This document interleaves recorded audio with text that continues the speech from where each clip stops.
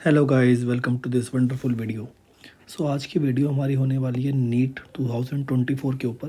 इस वीडियो में मैं पूरा आपको डिटेल्ड एक्सप्लेनेशन दूंगा सिलेबस का, कट ऑफ्स का, क्या क्या स्कोप्स है नीट के बाद।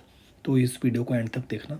और इस वीडियो को जस्ट लॉन्च करने का एक ही मोटिव था कि बहुत सारे बच्चों का मैसेज आ रहा था कि सर जेई के बारे में तो आप डिटेल्स प्रोवाइड कर रहे हो, बट हमारे बारे में क्यों प्रोवाइड नहीं कर रहे हो। तो उन सभी के लिए ये वीडियो बनाई गई है। सबसे पहले हम बात करते हैं नीट 2024 की। कंडक्टेड जो इसकी कंडक्टिंग बॉडी है वो एनटीए है, national testing agency.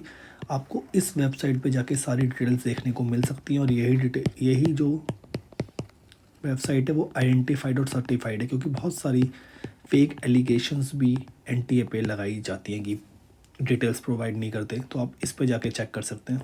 All India level exam है, अंडर ग्रेजुएट एग्ज़ाम है। हम नीट यूजी की बात कर रहे हैं, एक पीजी भी होता है, बट हम नीट यूजी की बात कर रहे हैं।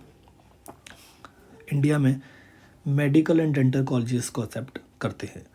ऑफलाइन मोड का पेपर होता है, साल में एक बार होता है। मैक्सिमम मार्क्स 720 है। बहुत सारे लोगों ने पिटिशन्स डाली, बहुत सारे टीचर्स ने पिटिशन डाली कि एटलीस्ट ट्वाइस करो, जैसे जेई की तरह, बट अभी तक उस पर कोई सुनवाई नहीं हुई है। ड्यूरेशन जो एग्ज़ाम की है वो है 3 hours 20 minutes, which means 200 minutes. ये 1-2 साल पहले ही एक्सटेंड किया गया, वरना पहले जो पेपर होता था वो 3 hours का होता था। जो मार्किंग स्कीम है वो है -1 +4। अगर आप इनकरेक्ट करते हो तो -1 होगा, करेक्ट करोगे तो +4 मिलेगा। उसके बाद मेन चीज़ होती है स्टार्ट अप, और मैं आप सभी को कह रहा हूँ वीडियो एंड तक देखना। 695 मेडिकल कॉलेजेस नीट के स्कोर को एक्सेप्ट करते हैं। 318 डेंटल कॉलेजेस एक्सेप्ट करते हैं। 20 एम्स एक्सेप्ट करते हैं। AIIMS one of the most premier medical colleges in India. 2 JIPMER करते हैं और 914 AYUSH colleges. AYUSH colleges is basically depends upon the medical to pursue, उन बच्चों के लिए है जो आयुर्वेदिक में अपने मेडिकल को परस्यू करना चाहते हैं। बहुत ज़्यादा स्कोप है, तो इसको ज़रूर फोकस में रखना। और उसके बाद 47 एएच एंड बीवीएससी के भी कॉलेजेस आपको देखने को मिलते हैं।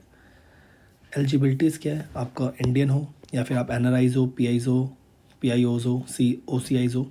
और सबसे बड़ी बात, इसकी कोई लिमिट नहीं है। आप जैसे जेई में हमारे पास लिमिट है, बट इसके पास कोई लिमिट नहीं है। और इसका जो लेवल है वो भी जेई से काफ़ी कम आता है।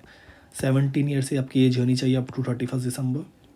आपके वहाँ पे हम लोग जब जेई की बात करते हैं तो वहाँ पे हमारे पास परसेंटेज क्राइटेरिया होता है 75%, बट यहाँ पे वो अनरिजर्व के लिए 50% है, रिजर्वेशन के लिए 40% है, एंड वो पीडब्ल्यूडी के लिए 45% है, जो बहुत ही बढ़िया है।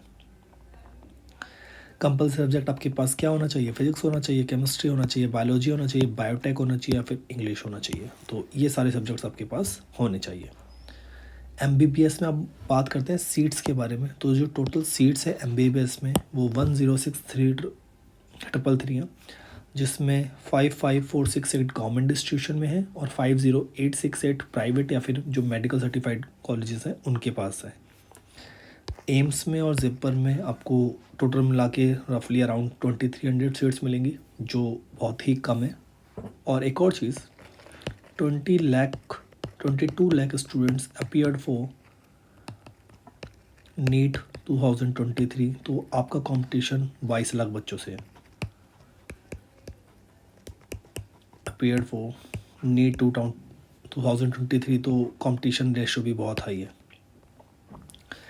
सीट एलोकेशन क्या है, जो सीट एलोकेशन होता है वो 15% कोटा है regional, and all India quota, and 85% है रीजनल। फॉर एग्जांपल मान लीजिए कि किसी एमपी के बच्चे को दिल्ली में एडमिशन लेना है, दिल्ली के कॉलेजेस में, दिल्ली के मेडिकल कॉलेज में, और वहाँ पे अगर सीट है 100, हम एग्जांपल लेके चल रहे हैं 100 सीट्स हैं, तो वहाँ पे जो 85 सीट्स हैं वो सर्टिफाइड हैं दिल्ली के बच्चों के लिए, और जो 15 सीट्स हैं वो उसमें से अगर आपकी रैंक अच्छी होगी दैन आपको दिल्ली का कॉलेजेस मिलेगा। बिकॉज जो कोटा है यहाँ पे थोड़ा सा एक नेगेटिव एज उन बच्चों के लिए हो जाता है जिनकी स्टेट में मेडिकल कॉलेजेस नहीं होते, तो उन्हें बाहर जाकर स्ट्रगल करना पड़ता है। क्वालिफाइंग कट ऑफ क्या है, 50% आपका अनरिजर्व का कट ऑफ है। अनरिजर्व फिजिकल हैंडीकैप्ड का 45% है, एंड 40% आपका रिजर्वेशन का है। तो गाइज यहाँ पे परसेंटेज की बात नहीं हो रही, इस बात को याद रखिएगा। यहाँ पे हमारी जो बात हो रही है वो हो रही है परसेंटाइल की, राइट। उसके बाद जो सिलेबस है उसमें पूरी होल फिजिक्स है, होल केमिस्ट्री है, जूलॉजी के चैप्टर्स मैंने आपको मेंशन कर दिए हैं, इसका स्क्रीनशॉट क्लिक कर लो। और सिमिलरली बोटैनी के भी कुछ ये चैप्टर्स आप को देखने को मिलते हैं। अब बात आती है कि सर पेपर का लेवल क्या रहता है। जो पेपर का लेवल है उसमें टोटल 180 क्वेश्चंस होते हैं, जिसमें आपके 45 फिजिक्स के, 45 केमिस्ट्री के। गाइस मेरी हैंड राइटिंग अच्छी नहीं है, आई होप आपको समझ में आ रही होगी। 45 जूलॉजी के एंड 45 बोटैनी के। सो टोटल 180 क्वेश्चंस आपने को देखने को मिलते हैं, और जो मैक्सिमम मार्क्स आप अक्वायर कर सकते हैं वो होते हैं 720। पेपर का जो लेवल है वो लिटिल बिट लो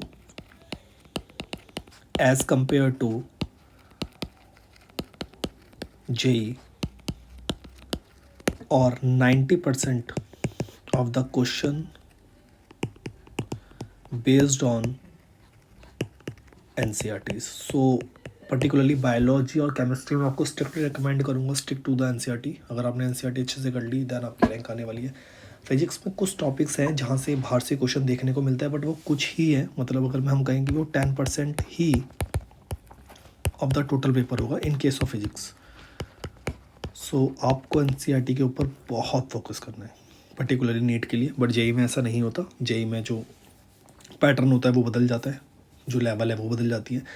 इस बार भी अगर आप नीट का पेपर देखेंगे तो बहुत ज़्यादा स्ट्रेट फॉरवर्ड आया है।